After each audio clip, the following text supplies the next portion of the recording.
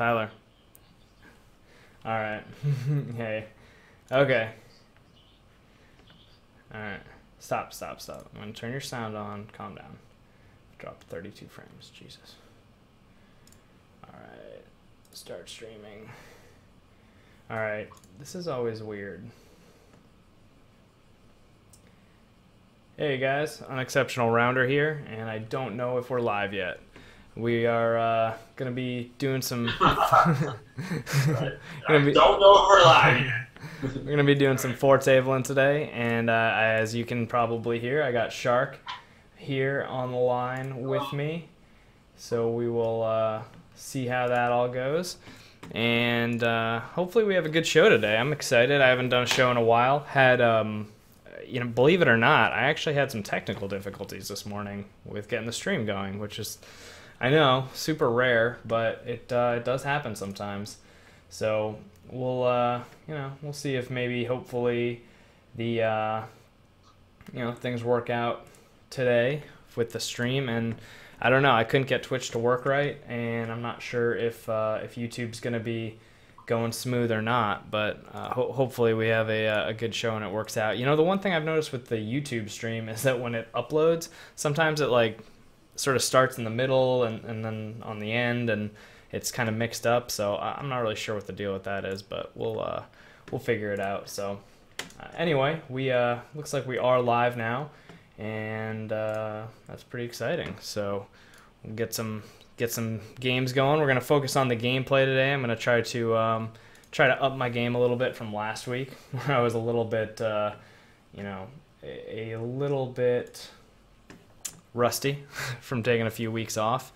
And then we've also got some topics to go over today. So thinking that we might just try to have an action-packed 1-hour show today, just to see how it goes. And I'm still trying to get the streaming stuff all figured out. So we'll see where we're at in an hour and make the decision then. If my account's out of money, that'll influence it. But yeah, other than that, Shark, how you been? What's going on, man? I've been pretty good. Just living the life. Really trying to I've been good. Just been applying for a lot of jobs, investment banking jobs, trying to get into that.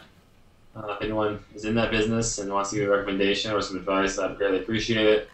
But I've applied to like Goldman Sachs, JP Morgan, Morgan Stanley, Credit Suisse, UBS, UHBS. I figured UHBS would be pretty good considering they fund terrorists. So.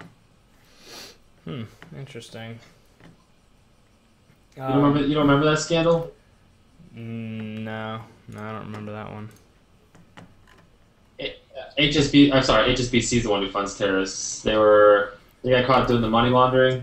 They were bringing money from Al Qaeda into the United States illegally. They got caught doing it. Kind of big. Interesting. Oh, Ace King. Definitely go ahead and raise that up, and see how it goes. I'm gonna. If anybody's in the chat, let me know if the sound and the volumes are all good.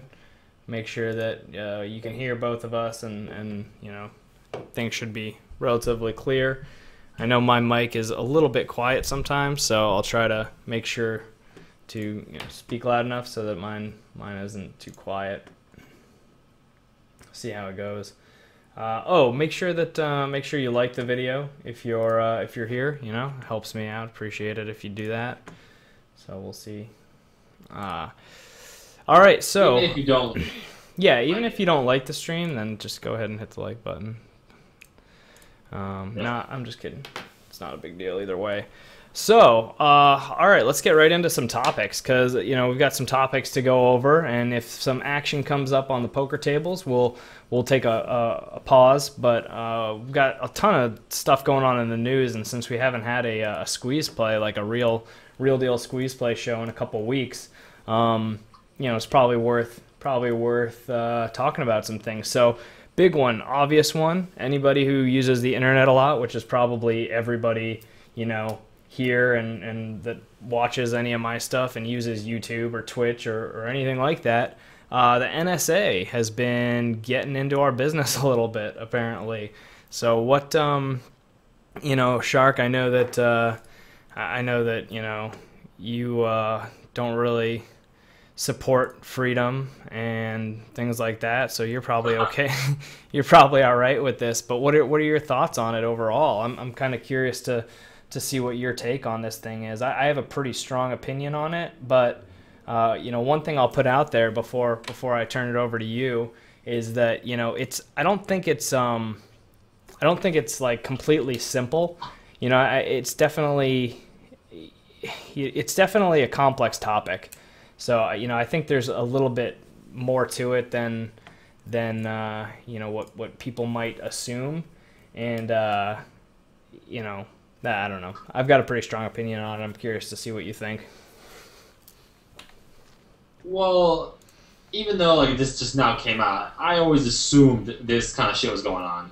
Like, I've seen the movie Enemy at the State. Okay, like I kind of assumed that this kind of stuff existed. Mm-hmm. Everyone just died. But so first off, let's comment on the guy. So I think the guy is fucking. You're gonna kill him. Like, first off, he's in China, telling all this shit. Like China's basically just gonna get everything they can out of him. I think he just hopped his plane to Russia. They're gonna get everything they can out of him, and then basically turn him over to the U.S. or kill him because they don't want that kind of liability in their country. Yeah. So that's what I say about that. Yeah. Secondly, go ahead. Sorry. No, you're good. Yeah. So then about the topic of it, like it doesn't really. Hold on. Let me talk about the guy a little bit. Well, since we started, that's a good point. So, that's another really tough one because, technically, what he did, I guess, is pretty borderline as far as treason and things like that go. Correct? Like, those were classified documents, and right, wrong, or indifferent. That's a crime to disclose classified information. It's actually generally punishable by death, I think. So it's a pretty serious crime. Yeah. Some of the stuff he was reviewing, disclosing, was special access programs and some pretty high level security stuff. So we talked about this at work. If you have a problem with like things that are secret, there are ways to complain about those kind of things. Not go on CNN. You can go to there's tons of mediums in which you can, bring it up in the military in a classified setting without telling CNN and divulging secrets to the Chinese. Going to China and telling them is not the preferred method, believe it or not. Well, I don't think he. I mean, I don't think he told China. I think he was in China when he revealed the info. I don't think it was like he was like selling secrets to the Chinese. I don't think. Oh, the Chinese have him. Right, he was staying in a hotel in China. Right, in Hong Kong. Yeah. Well, yeah, which isn't really China, but. So what happened with let's stay on the topic of the dude. What happened to him is basically the Chinese government took him in, saying they were going to protect him, and he's trying to go down with the other guys. Remember the army guy? He got caught stealing all that shit. The Russians exported him to Bolivia, and so he's trying to get handed over to the Russians and then get exported to Bolivia. So you think they're doing all that just because they're nice people, or do you think they're doing that because he's a fucking rat and telling them everything? I don't know. He's trying to get over to Bolivia and Uruguay. Yeah. Now, on the topic of it. Well, hold on. Sorry, last thing is, as far as like the way to reveal it or how he handled it, it's hard to know, like all the information. It's hard to know how much he tried. What he tried internally.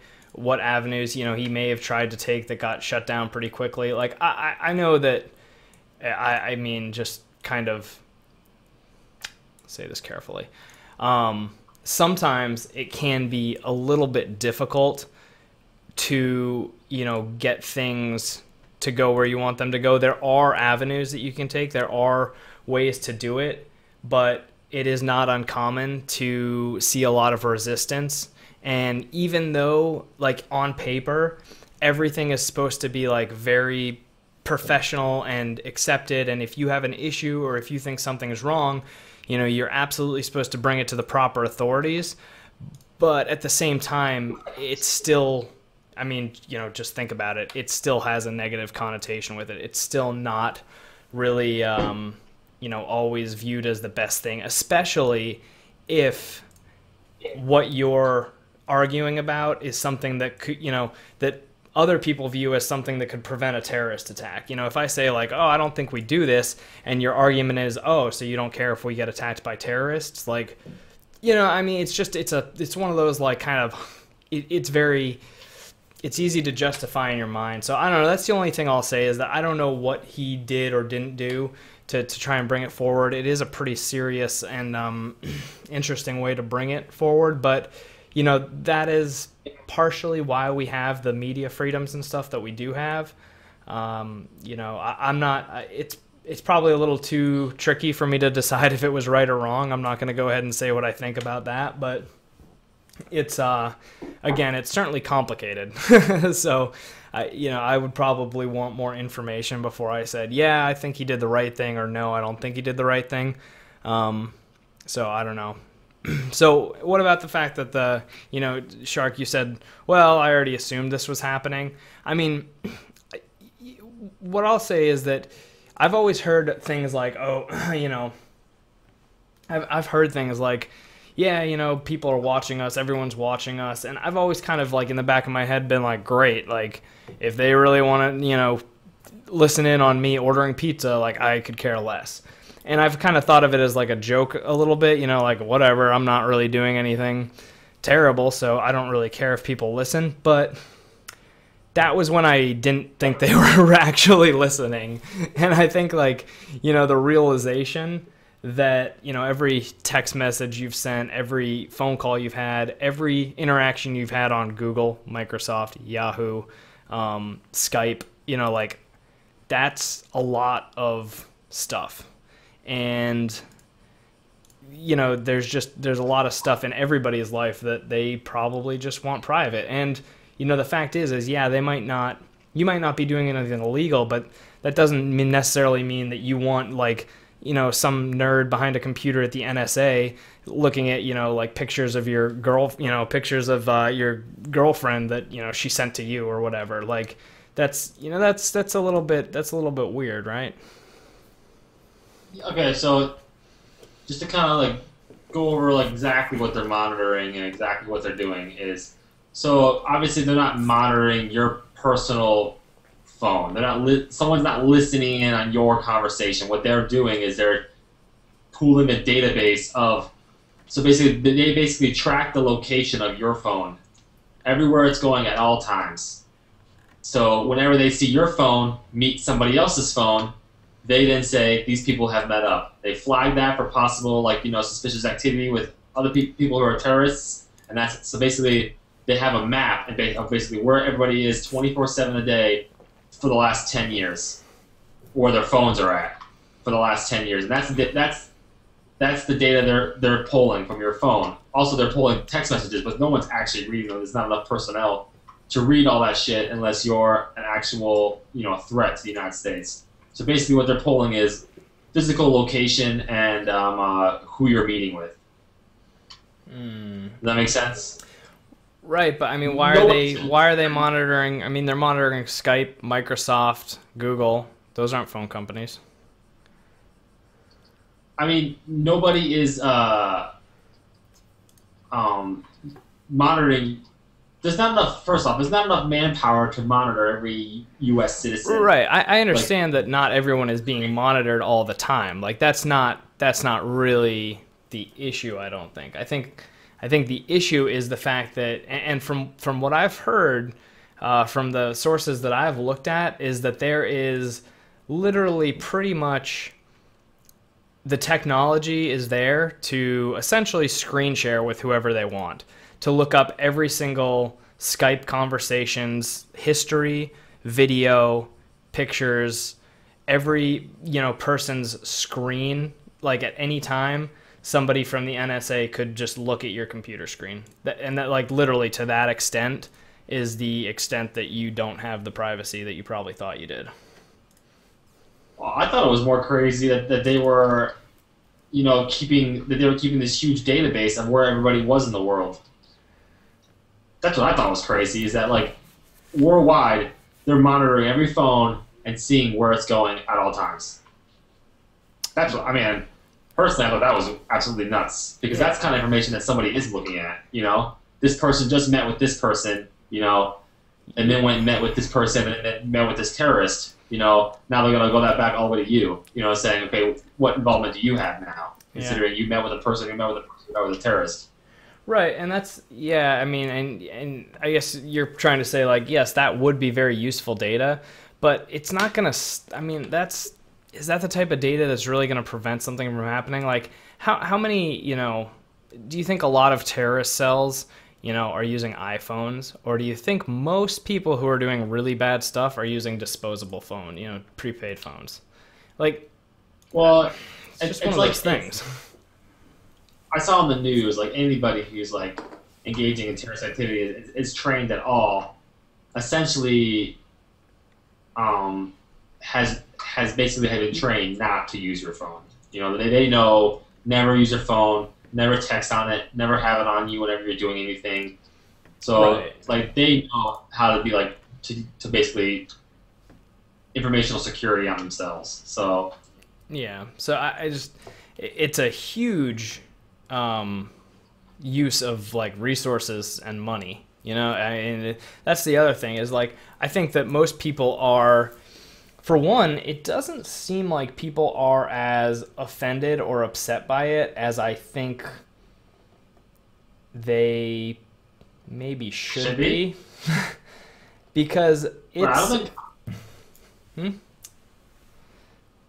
I don't think so either. I mean, honestly, like, my boss is basically like, this is going to create a huge uproar, people are going to go crazy. And I was just like, I don't think so. I think that people generally already think this is happening. And now when they hear about it, like, oh, okay, yeah, sweet, I was right. Like, it's more of that kind of mentality, I think. It's like everybody assumed it was happening, but no one really knew. And now they're just like, oh, told you. Well, but I think I'm a little bit disappointed by how sort of, people haven't been in an uproar more. I think that it's a pretty gross like violation of the Constitution, and the problem is that we sort of do this whole Patriot Act thing and sort of stamp it's to prevent terrorism, but I mean that's not really I really don't think there's a reason good enough to like trample the Constitution. Like that's not really that's not how we are supposed to do things. That's not really how we've been. I don't know, every kid in America grows up, learning about all this stuff and learning about, what has how our country got to where it is and everything else. And to pretty much turn around and be like, well, in this situation, it's okay to do that. And the problem is the thing that I kind of think about is, yeah, maybe right now a lot of people may say that, well, it's for this reason because this happened, and so maybe I'll accept this sort of this violation of the Constitution for right now. The problem is what happens when this system is in place and they come across like a drug drug dealers, or somebody that texts about robbing a store. Yeah, they may be told to pretty much ignore that, but what happens when somebody else comes into power, or somebody else is in charge, just drops the hint to somebody over at the ATF about something else illegal. It's a very dangerous amount of power. It's a very think about how Morgan Freeman was kind of upset with Batman for making the cell phones little sonars. It's kind of that level of power that is probably too much for one person or organization to have. And yeah, right now they may be using it for this purpose, and you may or may not be okay with it for that purpose. But what's the next purpose they're going to use this 2 billion or 2 trillion, however much it was, this incredibly expensive program? Are they just going to shut it down? Like, no, I mean, they're going to keep it open pretty much forever under the I don't want to say guise, that's not an appropriate word to use for what I'm trying to say, but under the pretense that it's for anti-terrorism efforts. But at some point, is it going to be used for tax evasion? At some point, is it going to be used for like drugs, things like that? At what point is some... The other issue I've heard is, well, a lot of, like, Obama's a relatively popular president. Now, no president is very popular for the most part. Right. Right, and this is kind of hurt, but the fact is a lot of people really do, Obama's a relatively popular president, so some people say, well, I trust Obama and I don't think Obama will abuse this power. But the fact of the matter is, in a couple of years, there's going to be a new president, and maybe you'll trust him too. But at some point, somebody that maybe shouldn't have gotten elected, or you don't trust, or that you absolutely do not want to have this power, is going to end up with that power. And but do you think Obama was aware of this? How aware do you think he was? I have no idea. I have no idea. I don't know if it was, oh yeah, there's this program we're using for terrorism, next bullet point. I don't, I have no idea. I can say that, yeah, he may not have been fully aware of it. It's the individuals within the organization, the military person who is, some colonel or general who has that power.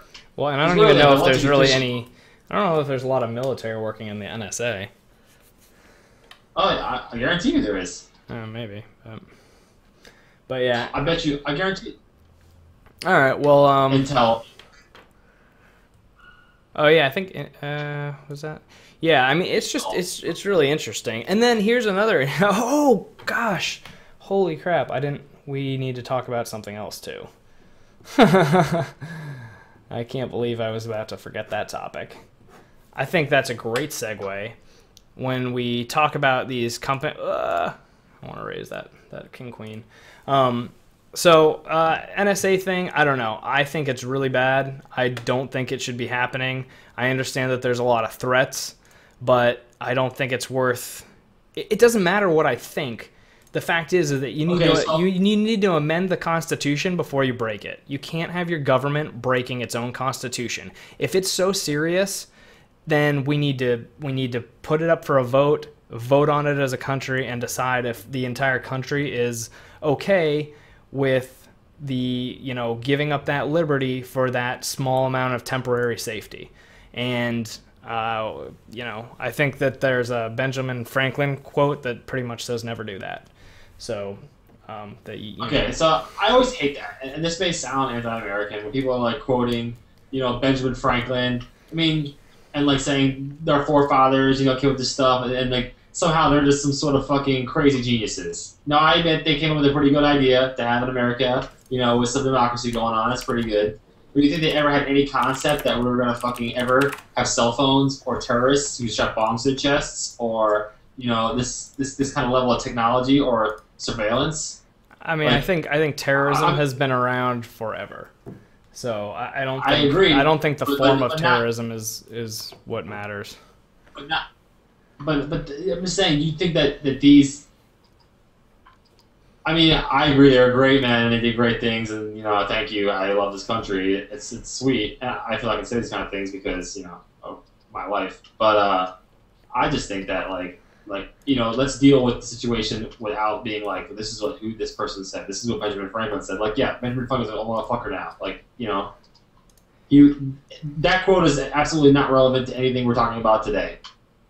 I don't think so. You don't think the idea of not giving up your freedom for a temporary amount of safety is relevant today? Okay, look at examples of around the world. Okay, the bigger a country becomes, the more populated it becomes, the more social it becomes, the more social control you have. I mean, that's just the fucking that is the more the United States becomes populated, the more crowded it becomes, the more government control you're gonna have. That is a theme worldwide.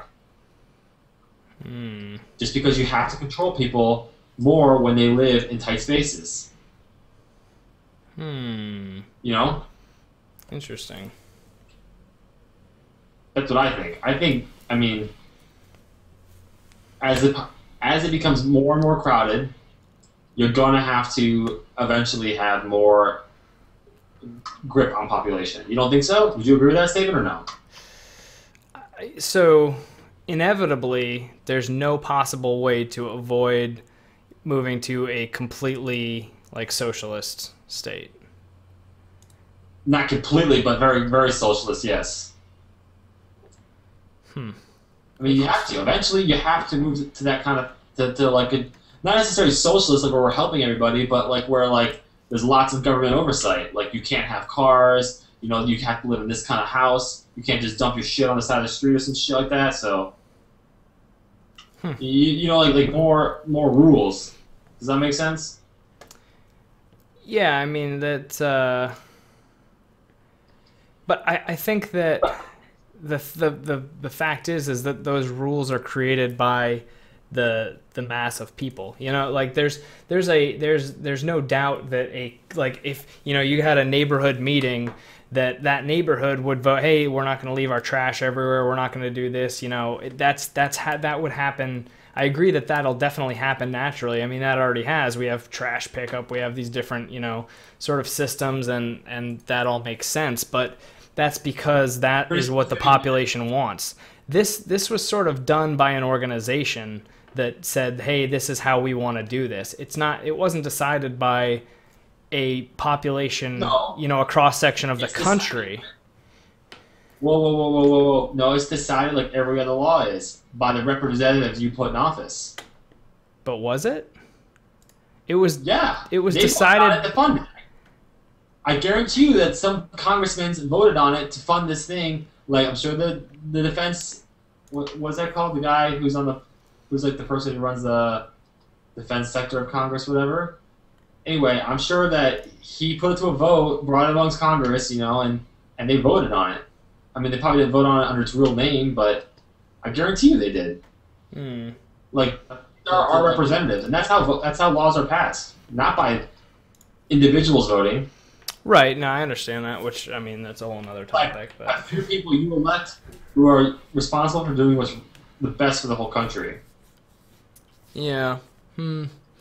Yeah. Again, it's kind of fuzzy on exactly how this thing was decided or how it became to be, because I think it would be interesting to see exactly. They had to go to Congress to get the money. I mean, I don't. I mean, there's no other way around it unless they. I feel like there probably is another way around it, but I'm not schooled up enough on how it all works to know.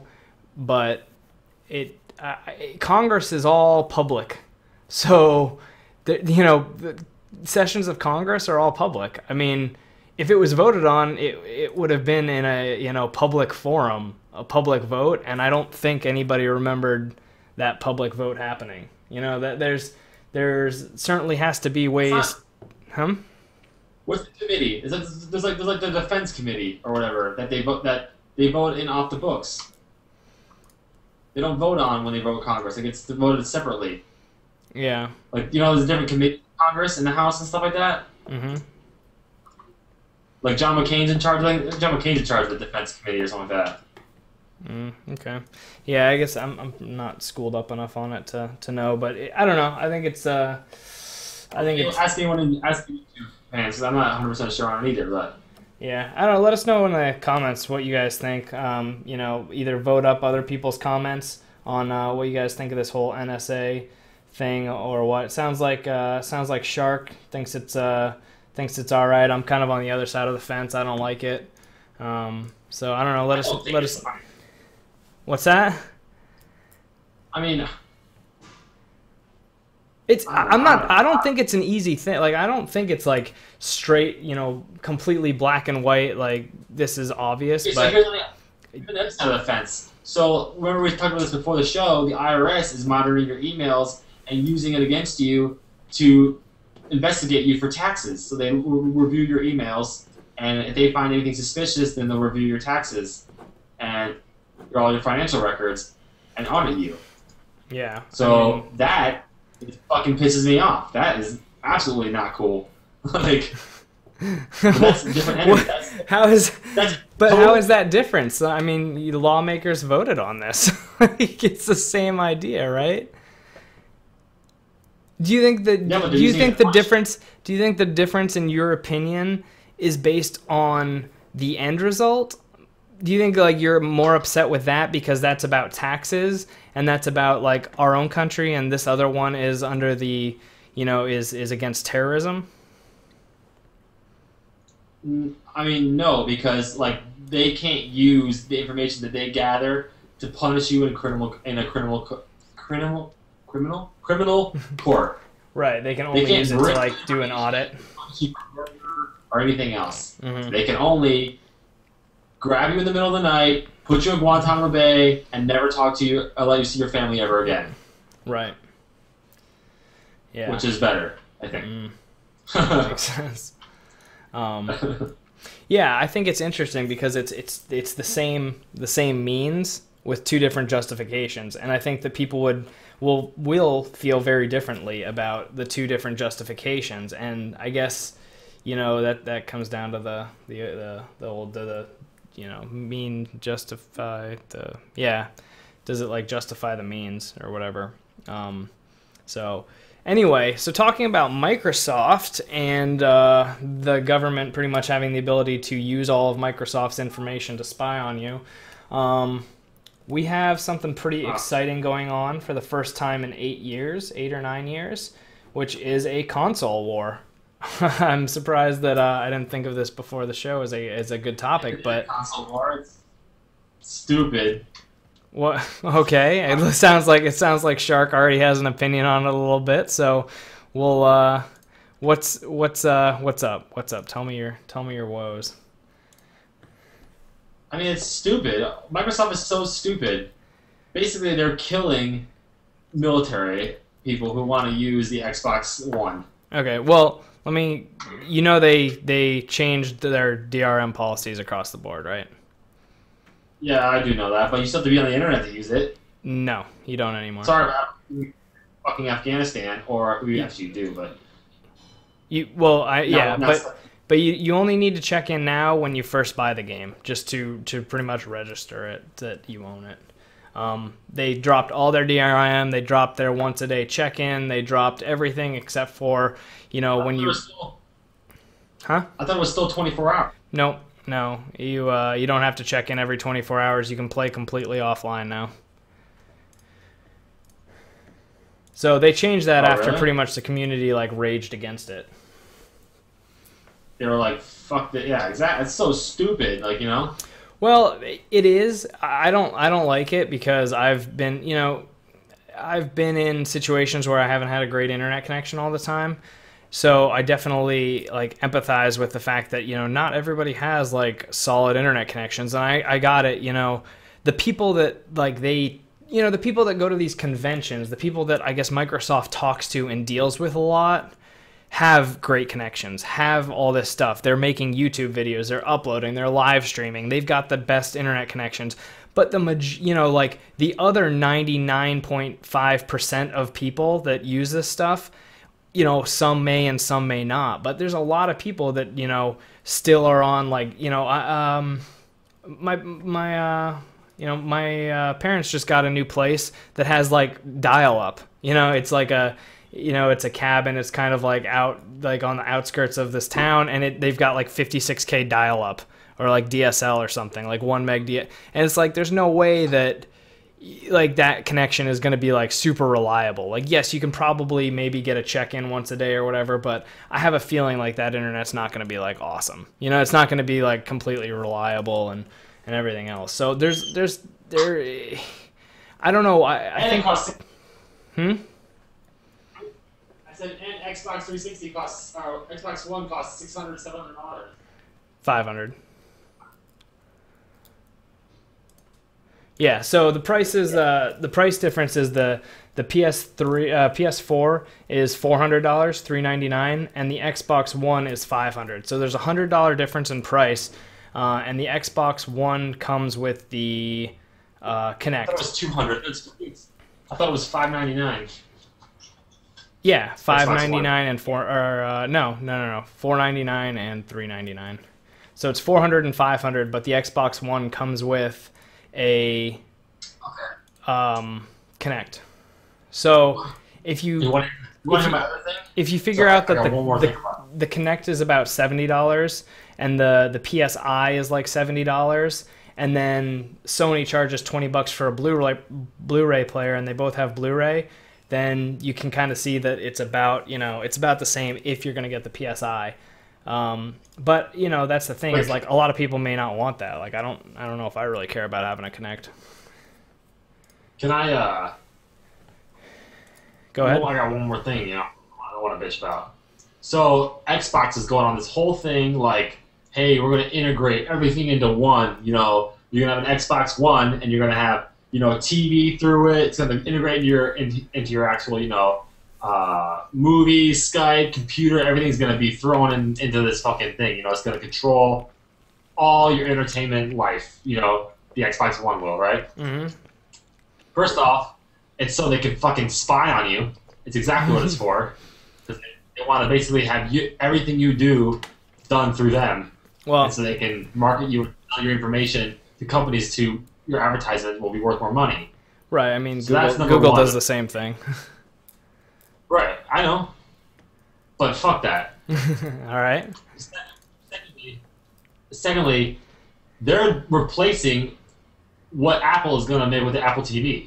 Like TVs already exist like this. They're filling a market that already is there. Right. So now what the fuck am I going to do? My new TV does all this. So what the fuck am I going to do with that? Now it's just going to sit there and I'm just going to use my Apple One? No, I want a system, and I want, just that plays games. I have a TV for a TV, Right. It does Blu-rays. It does all that shit itself. There's no reason to have anything else. Right, and Microsoft has a product for you. It's called the Xbox 360. Oh, God, I want to punch that guy in the face. You know what though? Like I was watching I was watching a podcast or whatever, and it was the guy that was doing it was like, as somebody that talks on a mic a lot, I think that was just one of those things that like slipped. So imagine how frustrated that guy is doing PR, and every single person he talks to, every single discussion he has, the entire time people are just bitching about this one feature. Like people are just like, oh, but because the thing is that feature allowed a bunch of other cool stuff to happen that was like really new and innovative, but nobody cared about any of that. They just cared about like, what the hell, you're trying to become EA, and we all hate EA, and we don't want you to be EA. And that was pretty much like the stuff they were doing, I think reminded a lot of people, me included, of stuff that Electronic Arts does. And I hate Electronic Arts. Hate everything they do with DRM. Infuriates me, and I don't know. I will want to play Battlefield 4 very badly, but I swear, if I even like get a hint that it's going to be a pain in the ass to install, and that I have to download shit for a day before playing, or that like I won't, like, you can't. It was the most frustrating thing in the world when I bought Battlefield 3. I couldn't play it for like 2 weeks. Because it just wouldn't work. I didn't have a good internet connection. At the time, I had a 1 meg download, and there was like some 7 gig patch I had to download like right when I put the disc in, and I was infuriated. No, the disc just takes you to a website to download the fucking game. It's like there's nothing on the disc. What the fuck did I run the disc for? Like stupid. Yeah, so that's that's the initial rage I felt when I heard what Xbox was doing. So I can definitely understand that, and that all makes sense. And I think that it's just a frustrating thing that companies are so worried about you pirating their games that I can't go to the store and buy the game and play it like without a huge hassle. Like that's bad business, to be so worried about people stealing your product that the people that pay full price for your product have a miserable experience. Same thing happened to EA with The Sims because they made it constantly online. Even if you just wanted to play single player, too bad. You have to be online. You have to have a connection. Oh, and by the way, we didn't stress test our servers enough, so they're going to be down for the first week. You know, that's how StarCraft does it, though, and no one complains about that. Because you can't. But the thing is I think that they are a little better with their servers and stuff. Like, I mean, a lot of games have trouble at launch, but I think that, like, it's a lot more polished. Yeah, like I've never really had any issue with, like, I mean, honestly, like, when I go to install WoW or go to, like, do a patch update with WoW, it's like a pleasure. Like, it's like a joy. You know, like, I see that there's a patch, and I'm like, oh, okay, I can go ahead and play while it's downloading. Or it's already been downloaded because it does it all. It's just, like, it's just so easy. That's another thing with the PS4, though. It has 2 processors. One to process the stuff while you're downloading, and one to actually play the game. Downloading it. Yeah, I think they both can do stuff in the background. So, and the PS4 is going to be a little more powerful, it looks like, but the Xbox One they're going to try to utilize, like, a bunch of these servers to create, you know, something, but it's one of those things where it's like, well, I think they both are going to have that capability. It's just who's going to use it and who's not going to use it, kind of thing. All right. So for me personally, I think that all the consoles this year were a huge letdown. I thought there was going to be another revolutionary thing. Like, so I thought people were going to be competing on, like, they're not doing anything different. They're just making a better computer, basically. There's nothing really that innovative they're doing. I thought they were going to do something like controllers. I thought it was going to be, like, you know, a new gaming experience. Like you know how the Wii, like, has the Wii U has, like, the controller in, like, the touch screen in the center, has a whole TV screen in the center of it, so you can. Basically, this controller changes as you're playing it, you know? I thought it was going to be something really sweet, you know, but it wasn't. It's just the exact same thing they did before, they're just making it better. You know, better graphics and... Yeah, but a lot of people want that, you know? A lot of people are just like, man, I just want a system that can process better graphics for better games. Like, they don't want to play with, you know, nunchucks in their hands. They don't want to play with... Like, they don't want to be up and bouncing around, running around. They just want a controller, and they just want to play a game. I think they're also going to have keyboard-mouse integration a little bit better with some of the PS4 stuff is going to have better keyboard-mouse integration. I was thinking that they were going to do, like, something like the Wii U did. So where, like you could, like, the Wii U is set up, you know, to play, like, MMOs on it and stuff. Because the controller changes, you know, as whatever you're doing. Yeah. You know, so you're not limited to, you know, 12 buttons, and that's it. You know? Yeah. It's basically like you have an iPad in your hand. Yeah, and the PlayStation 4 controller has a touchpad on the controller. Yeah, but it's just for, like, touching it. There's no screen. It's like, it's just going to be probably like a motion control thing. And so it's like... That's why I thought. Yeah. There we go. They did nothing. They really did nothing. They just made a PC for fucking $600. Yeah, but I mean, I think that's what a lot of people, well, 400 and 500, but I think that's what a lot of people wanted. It should be interesting, like, you know, the stuff with the TV, with the Xbox, I mean, yeah, the Xbox wants to be, like, your main entertainment console, which, honestly, for me, like, all I have hooked up to my TV is a cable box. So, like, if Xbox One could, you know, is going to be able to, like, record shows and, like, do a whole bunch of other awesome stuff and, like, schedule programming, and I can switch in and out of the game, and I can use, like, you know, if I can use the Kinect to, you know, like, move my hand, grab some, like, movie and, like, throw it in a download bucket, you know, that would be kind of cool. I mean, there's definitely some cool potential for both platforms to do a lot of, like, neat stuff and you know, interesting things, like, that could be really good for entertainment and for everything. Activision has, like, all dedicated servers. But yeah, the Xbox also is going to have, like, 3,000 dedicated servers. So now they think every single game that comes out is going to be on dedicated servers. You're not going to have, like, host migration stuff. You're not going to have those host issues that you used to have. So another complaint about it. So, Xbox One, they're real big on this voice, the voice of it, which, you know, voice has been around for a long time, and guess what? Nobody wants to talk to a fucking electronic thing. It looks like an idiot. Like Siri exists, but nobody really uses it. You know, it just sucks. You know, like. Yeah, I agree with that. I use Siri sometimes when I'm driving to like text and stuff, and it works all right, and it's like it's good. But like I saw somebody the other day trying to like type in a note to their iPhone, and like they were kind of doing something else at the time. Like they were trying to do it with one hand. I remember like, and they were saying the note out loud. They were like, okay, so da da da, and they were talking as they typed it. I was like, you know, you could cut out the typing thing if you just hit the Siri button. And it like occurred to me that they never like it's just not a feature on their phone that they even think of or use or incorporate. You know, it's not good enough or convenient enough for some reason that people use it all the time. And I kind of thought maybe in the US people use it more, and it was just because I'm in another country and it doesn't like work as well. But maybe not.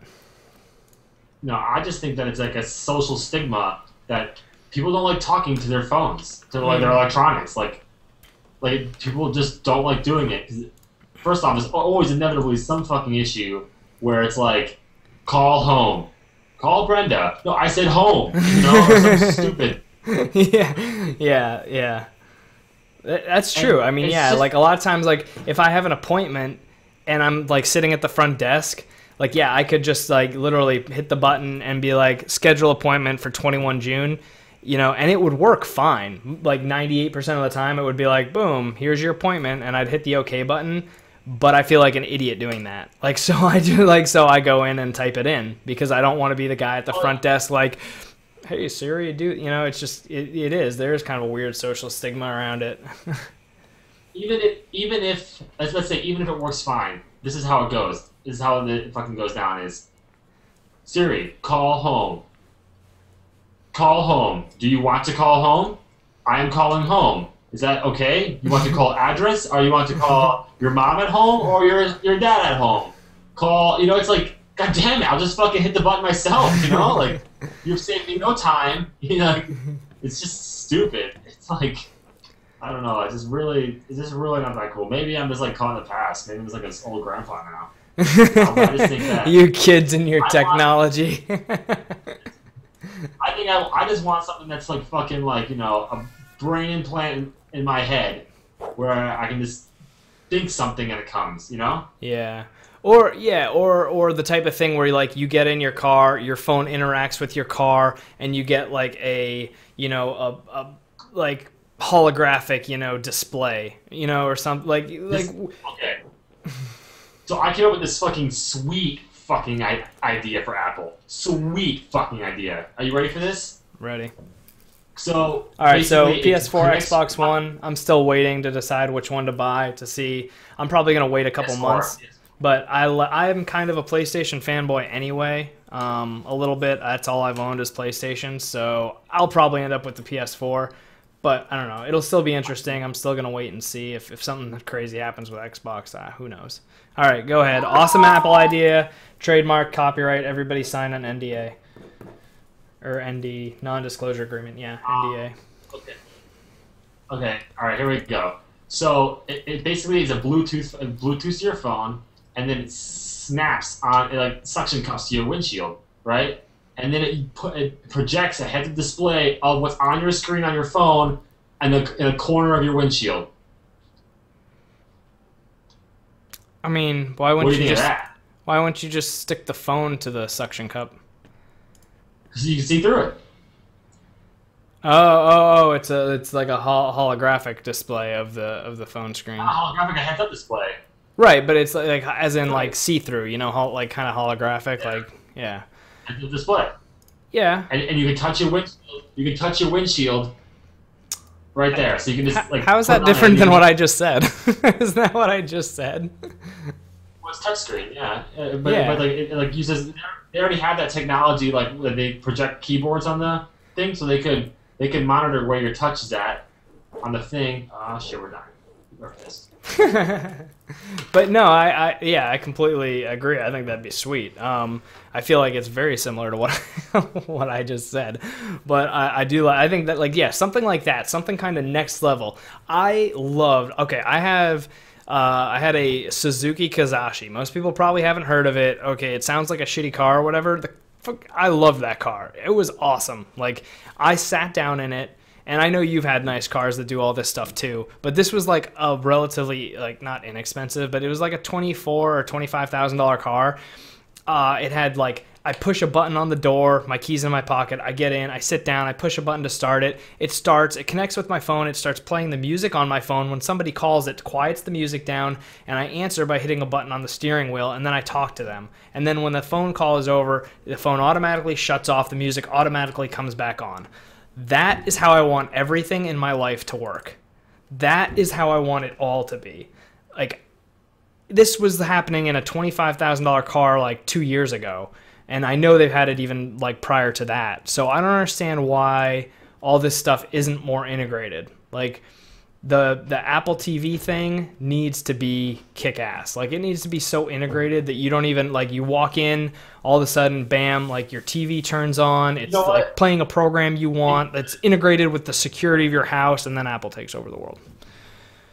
It's gonna be, and that's why Xbox One is gonna blow. Because Apple TV is gonna be so kick-ass, it's gonna be like an iPhone where everybody has to have one, you know? Hopefully, yeah. And No I- spade, no spade, no spade, That's nice. That's what it's gonna be, and that's why Xbox One is gonna be worthless for me in my entire life. Oh, can you grab Also, one of these out of the fridge upstairs? It's upstairs. Like, wow. Wow. All right. So, go ahead.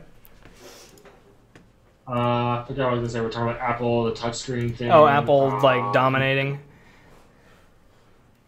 Do you Yeah, know that I was saying that their earnings Apple should start getting into console business because then, like, they could really integrate everything in, like, you know, Oh, I know. It's kind of like, yeah, if they came out with, like, an Apple gaming console. I mean, like the Apple, it'd be like the Apple TV, like the current one, the little box, but with controllers. Yeah.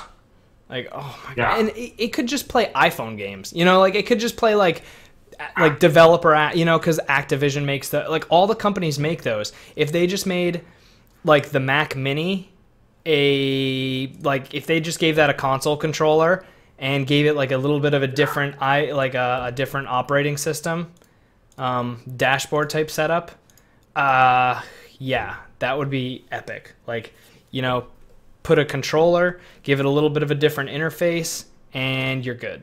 Like, then developers can put all these games on there. You're gonna, like, that's the cool thing about that Apple dominated with, is the fact that anybody can make an app. You know, you don't have to be some huge company to develop a game. If you have an awesome idea and you put together an awesome game, like, you're gonna make a bunch of money, and your game's gonna be out there for everybody to play. Yeah, that's why there's so many of them. It's ridiculous. Yeah, I love Apple. All right. I think that you're gonna come out with great shit. I think this fall when they release all this shit, people's minds are gonna be blown. I hope so. As a as someone that owns a fair amount of their stock, I'm sure as hell hoping for that. I actually just bought more yesterday. Also, like, stock dropped in price a lot, so I bought some more. You know, they have $140 million in cash or some shit like that. It's down a little bit because they started paying a dividend. But anyway, let's move on to a poker topic. All right. Let me pull up an article here. Revolution is scaling back fair play technology. I'll read this press release. This is from the company that I do my poker stuff, my affiliate stuff through. So, like, my rakeback sign up and whatever. So the Revolution Network appears to be scaling back fair play technology, which was announced last March as a way to segregate cash game players on the network by skill level. If you guys have followed me, I've talked about this before. At first, I didn't think it was a big deal, and I kind of was like, all right, this is no big deal, we're good. And then I realized it was a big deal, and now it looks like they're scaling it back. So they wanted it to improve the ecosystem but people just hated it. People don't like drastic changes like that, as Microsoft's learning. So the extent takes away the gambling. Like, I mean, poker. It's basically being like, okay, we're gonna have professional baseball, but only the good teams can play good teams. You know? Right, yeah, and we're not going to pay you anything to play, so there's really no point in playing. Like, yeah, it's pretty brutal. I'm not going to see it. So, let's see. The extent of which fair play has been scaled back is not fully known at this time. While some are suggesting it has been completely removed, other, including online poker reports, say some segregation is still taking place. Is still taking place. Hold on. Revolution representatives spoke with the Amsterdam affiliate convention 2 weeks ago, hinted that some scaling back of the program was imminent.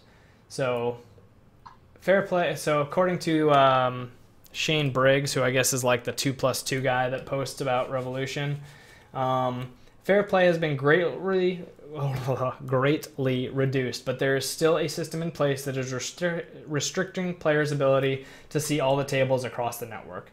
So that's pretty awesome for Revolution and for anybody playing on Juicy Stakes and things like that. So that's a big update for Revolution. It doesn't necessarily mean that that it's a great network to play on still, because they're having some cash out trouble. But Shark, sorry, I know you've been trying to get something in. Go ahead. I forgot what I was gonna say.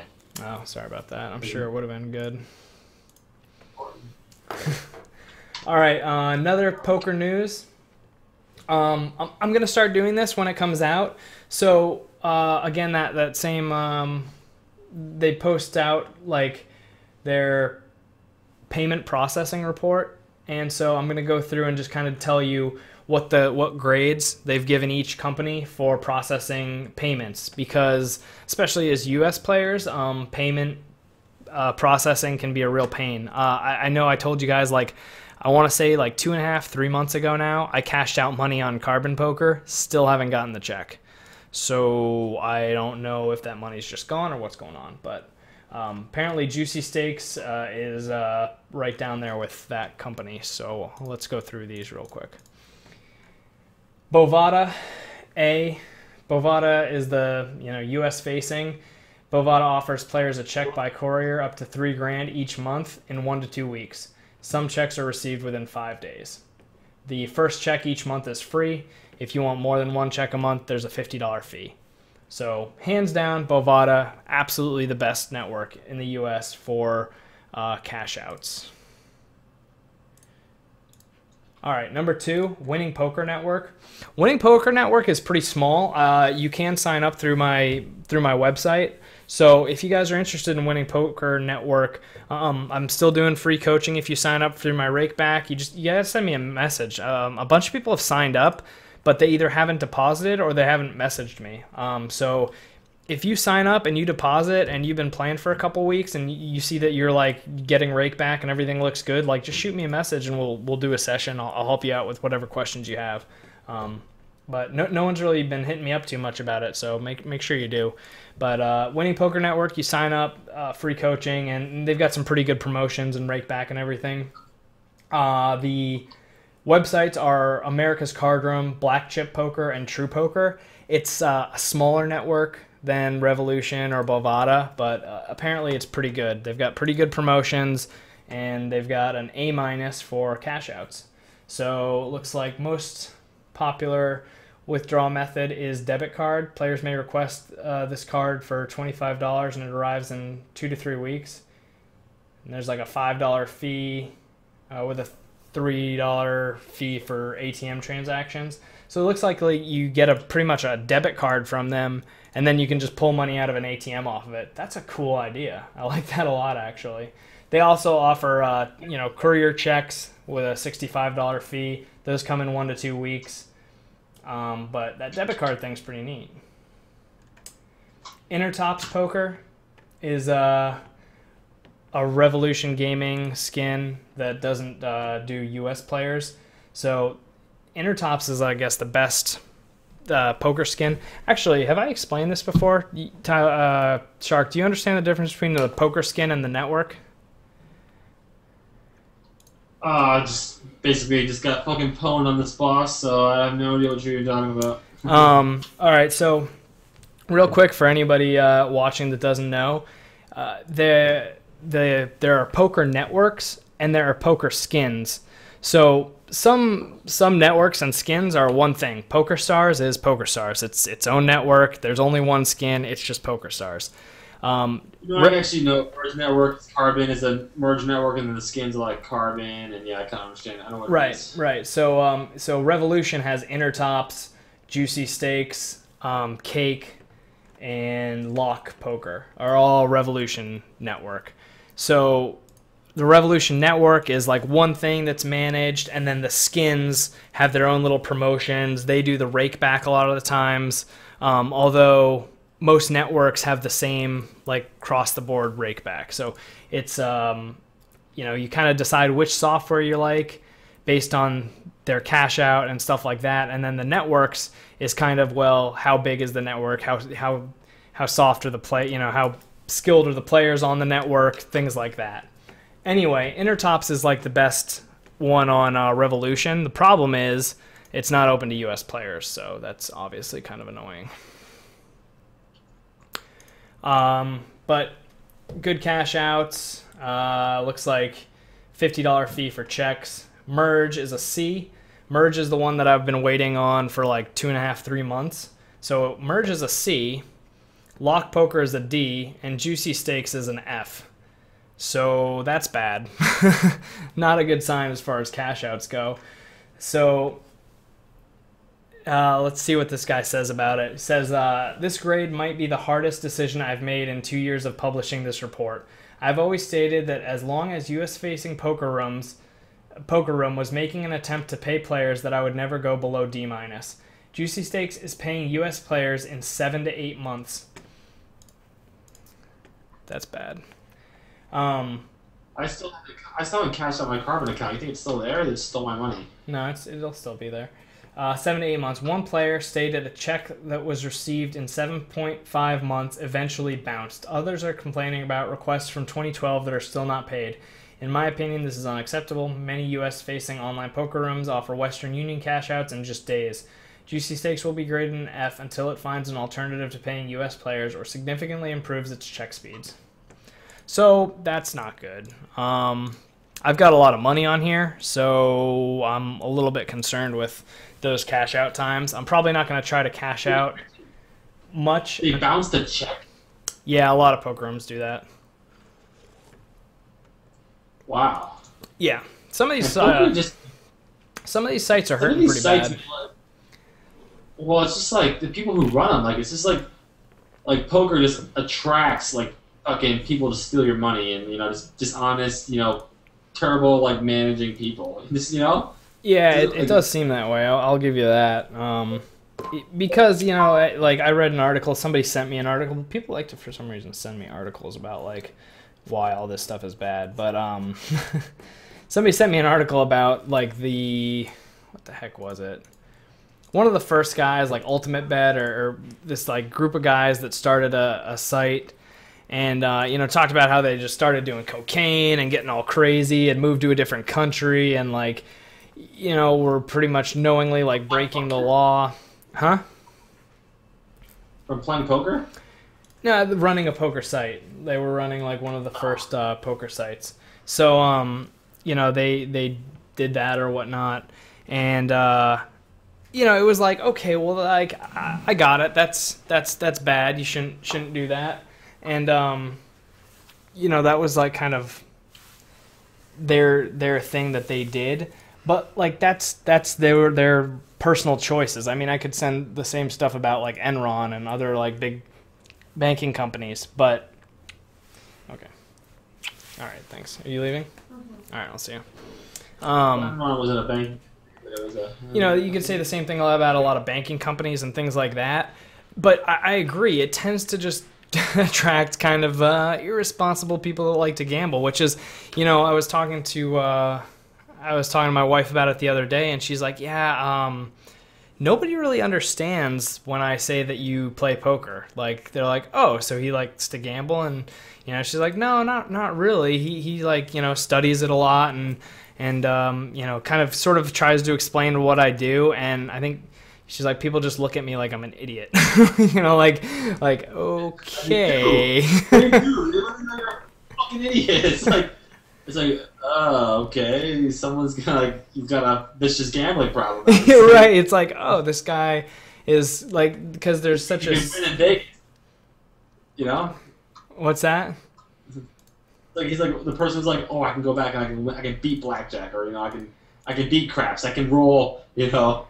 Right. Yeah. There's like a, you know, a distinct difference that, and it's tough because, like, a lot of people probably lie to themselves about whether or not they can win, you know, games like this. And then this guy's only got 460 left at a $3 pot. I can't bet here and then, like, shove the river as a bluff. So I'm just gonna check and hope for a 10 on table 3. But anyway, and I'm sorry, I haven't really been paying attention to the play that much. I don't think I'm doing particularly well this session. But oh, I'm actually, like, break even. So, yeah, I'm just about break even. Non-showdown pots, like, everything's kind of break even right now. So, I don't know. I'm sorry. I wanted to pay attention more to the gameplay today, but we had some awesome topics to talk about. Got a question. What is the Juicy Stakes cash out? I think, yeah, it's like 7 to 8 months to cash out on Juicy Stakes right now is what's being reported. So that's pretty bad. And then the form is, I think, a check. Yeah, it's like they pretty much will only do a check to U.S. players, I believe. I'm going to call just with odds. Yeah, and then they'll sometimes be bouncing the check that they send you in 8 months. So it's a little rough right now. And I just got raised on this. That's an easy fold. Ace 10, I took it down, and the queen's pretty easy bet. So yeah, so lots going on in the poker world, lots going on in the real world. And, you know, we had a decent poker session. Again, I didn't talk about anything. If you guys watch this on YouTube, you know, ask me about some of the hands. Make sure you post a time link. All you have to do to post the time link is write in the time, I believe. So if you just write in the time on your comment, then I can just click that and go. If you say, like, oh, hey, with that, like, 8-10 offsuit hand that you folded, I didn't agree with that because of this. I'm not gonna go through and watch the entire video trying to find that hand. But if you time link it, I'll click it, see what you're talking about, and then I can respond and be like, oh, yeah, I was, you know, wasn't paying attention, or, you know, whatever the case is. So, yeah, let's hit one more topic, and then we'll call it a show. Sound good, Shark? Yes. Focus. All right. Sorry. So, fucking morons. You know, anybody watching this probably... the big news topics that have been out is probably wondering why we haven't hit up the Supreme Court ruling that was pretty big deal recently. They ruled that the Defense of Marriage Act was unconstitutional. Am I saying that right? Is that what the ruling decision was? Yeah, it's been, so the Defense of Marriage, it actually was it the Supreme Court that did it, or I think it was it went back through Congress and they voted to cancel it, right? I thought it was the House that got rid of it to repeal it. Or was it the Supreme Court that did it? The Supreme Court yesterday and today handed down a set of complicated rulings that get into issues such as standing, equal protection, and state sovereignty, but that have the net effect of a near across-the-board win for equality groups. So I guess it's a little more complicated, but there's a few that looks like United States versus Windsor, Harrington versus Perry, Diaz versus Brewer, just a bunch of different things. At a federal level, gay marriage couples are now entitled to nearly 1,100 rights that were previously denied. There's so many things. Yeah. So, pretty much. They're going to be voted. Huh?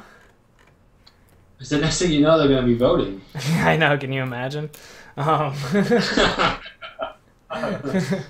Just kidding. Oh my god. Just kidding. But yeah, that's pretty cool that, like, I guess I don't know. I think it's kind of cool that everybody can just sort of have the same rights as everybody else. I know that's super like controversial for some reason, but I don't know. It seems kind of normal to me. Did I? I mean, you think people who have dogs can have the same right as us? I don't know. I would say legal consent is the big thing I use to. When people say like a slippery slope, next thing you know, people are going to be marrying their cats. It's that whole ability to consent thing. Cat can get consent, can it? I don't think so, and I don't really want the conversation to veer off in this direction. But it seems like it was a pretty across the board, like simple, straightforward thing. Which I feel like people always come up with the stupidest arguments to argue this kind of shit. You know? I know some of them are like slippery slope. Random Bible quote. Did I send you the video of the guy that read the whole speech? There were like a local ruling, and this guy read this whole speech, and man, I don't know if I'd be able to find it, but at the very end of the speech, he pretty much is like, "Oh, sorry, you know what? I accidentally grabbed the wrong one. This was a speech from the 1950s during and it was referencing blacks. Yeah, it was referencing like racial discrimination. Ace 2, no, nothing. Man, I missed. I wonder if I could have bet. Oh wow, I won that hand. That's interesting. So yeah, it's a tough argument to just be like, well, no, these people shouldn't be able to do this thing that they want to do that doesn't affect me. So I don't know. I'm pretty open about my opinion on it, and the federal government's pretty much decided on it in multiple ways. It's not so, a tough argument at all. huh? It says the federal government cannot. It's not a tough argument at all. It says right there in the Constitution, the federal government cannot make any law based on religion. Seems like marriage is a pretty big religious thing, Well, in fact, that's directly where it comes from. Well, yeah, but it's so also technically there should be no marriage law at all. At all.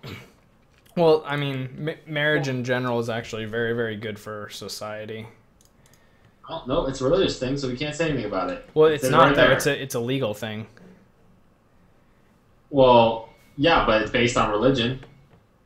I mean, okay, so I don't know. A lot of things are based off of a religion, but a lot of things are inherently, religion, And like organized religion is really old. So like a lot of stuff that would inherently happen no matter what, religion or no religion, it may be based on religion, but the fact is that a lot of times two people want to spend their life together, religious or not. The word you use and all that, like whatever. But the point is that you can't, the Constitution, my interpretation of the Constitution is that you cannot, discriminate against somebody to do something in a legal, state or federal manner based on something that is written in a religious guidebook. what else is funny is that that marriage is held at the states. You get married to the state. That's true. So what the fuck is the federal government having to do anything with it? But I don't know, because I think the Defense of Marriage Act was federal, and I want to sum up the whole thing. You talk about the NSA, this marriage thing. I think we should just get the federal government greedy little grubby fingers out of everything. Just stop putting shit in everything. It's not your business. Let states do it. Let other counties do it. Let cities do it. Well, get the federal government's little grubby fingers out of my shit. What do you think the military should be state-run? No, but I think it should be fucking seriously downgraded. The sad part is I'm in the military. I'm in it. I think it should seriously be cut funds. Like, it's ridiculous. Yeah. Well, so a lot of interesting stuff, but I do want to kind of wrap the show up here soon. Here's something interesting. I'm not uniform, so it's okay. Just want everyone to know that. So one, I went to a equal opportunity class a while ago, And so, like we just had Pride Month. First, I got a funny story to tell you after this. I'm not gonna say it on the show, but anyway, not everybody was so happy about the federal government embracing Pride Month. That's all I'm gonna say. But as somebody who publishes things, regularly, it was interesting. I got a few complaints about some things that I was like ordered by the president to publish. Anyway, that's it. Done with that. So now I lost my train of thought because I was trying not to. We were talking about ending the show. No, oh yeah. So, so I was in this equal opportunity class, and Pride Month, Black History Month, Women something, Woman Month. I don't know, whatever that one is. Women's rights. Yeah, women's rights, I think. And anyway, so I'm not trying to downplay them all, but I don't know them all by heart.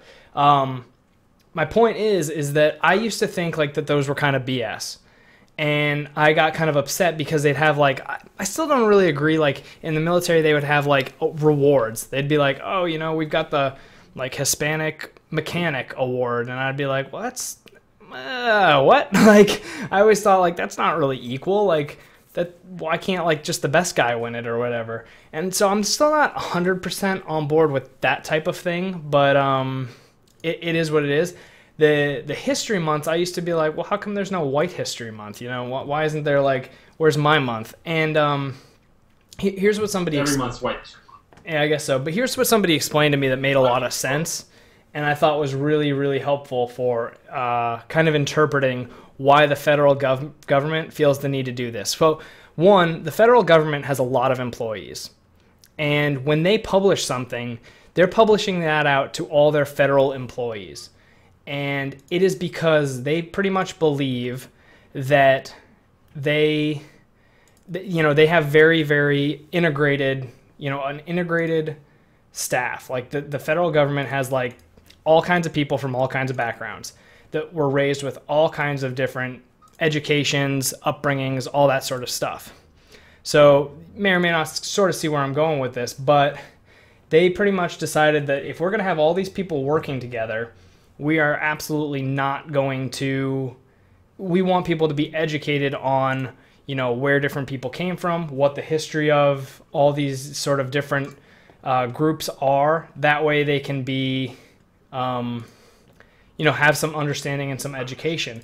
To give you an example, I guess there was a law that was voted on in Texas a while ago that was... they were voting on whether or not to take all references and history about slavery out of their textbooks in schools. They were just going to not... Huh? This sounds stupid. Why would you ever do that? I have no idea, but the federal government pretty much is like, okay, well, the states are running the school systems, so we can't really control, that state run. But our federal employees, we want them to have a certain amount of information about different groups of people because they're going to be working with these different groups of people from different backgrounds. And so these Pride months and the awareness months are sort of a way of trying to educate the federal employees on all these different things so that they can be better integrated and have better understanding, because not everybody grew up with the same education. And so when you and I are like, that is ridiculous, why the hell wouldn't you teach about like the history of our country in an accurate, non-biased way? Well, we were probably, we went through education systems that taught us that information in a, I felt like some of my classes growing up were like white guilt classes. Like I took a class on, like Indian history and like Native American history, and it was just like, this is a just white bashing class, which it wasn't, but you have to learn about the stuff, and it is what it is. So that portion of history, the Indian thing, that has been like kind of like, I mean, when I went to school, like it was all like, hey, yeah, we like fucking sat down and had like a big dinner with them and shit. Everyone was happy, like it wasn't until like a lot later in high school, maybe in college and stuff like that, where you actually took an actual American history class and you learned, that we just killed everybody. This was like a senior year class that I'm talking about. But you don't learn like you learn like the Pocahontas side of it, and then you learn like the what's the word for it when you wipe out a race of people? Massacre? No. Genocide? Genocide. Yeah. Holocaust? Yeah. You learn the genocide part of it afterwards. But I think. anyway, not to end on a bad note, but like, huh? So the Holocaust, I think, is over like 100 million people or something like that. If it's under that, it's like a genocide. It's Yeah, like a number that. I don't know, but does that kind of like somebody explained that to me, and I was like, wow, I had no idea that there was a state considering taking out like a huge part of our history because it was, you know, offensive. Like, so like I don't know, does that kind of like make, I don't know if you had a problem with those months before or if you thought they were dumb before, but I did. I was like, this is kind of dumb. Like, what? Why are we celebrating certain cultures and not other cultures and all this stuff? Like, I didn't really understand it, but that was because I already knew a lot of the history accurately and understood it. So I don't know. Anybody who has an issue with like the Pride months and like all these different awareness months, like that helped me kind of understand why the government does it, and it kind of makes a lot of sense. Like if you're gonna employ all these people, you want them to get along, you want them to understand each other. It just sort of makes sense. So I think Suck it. yeah, but yeah, the Pride Month was like, oh, I guess I don't know if the federal government always did Pride Month, or I just know that this was the first one that the military did because Don't Ask, Don't Tell was this is the first year I think it's been effective, and I guess this Pride Month, Gay Pride Month, has always been around, but I certainly never saw it advertised in the military until this year. So there was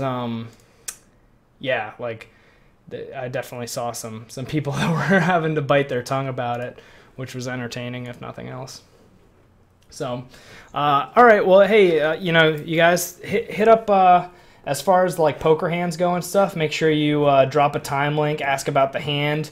I wanted this to be a little more poker intensive, but we just had some interesting topics to talk about, so we went for it, and hopefully I have some good guests on in a couple weeks, and we'll talk more poker. Maybe have some actual talk poker hands, stuff like that. But anyway, just real quick before you go, how much did you end up or down? You always gotta say end up or down. Oh yeah. I'm up $5.21, and yeah, everything's pretty much even, but up a few dollars. So. Man, my biggest pot won was $7. My biggest lost was 19. So. Fuck. So you just down back the whole time.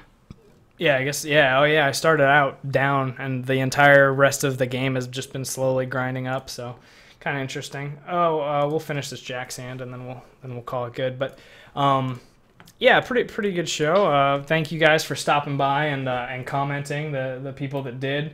I appreciate it, and leave your comments. Let us know what you guys think of all these awesome controversial topics that maybe aren't maybe you don't get a chance to talk about them around the water cooler at work because they're like all kind of controversial. So it's YouTube, it's anonymous. Drop your opinion, and we'll see how this Jack's hands goes. But I don't know, Shark, you got anything else?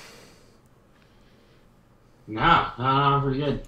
All right, guys. Well, we're gonna go battle in a fantasy world for a while, and do that. So we just took down that hand. That's pretty cool. That will update. Now we're up $6. So, all right, up $6. Good session. Thank you guys for coming.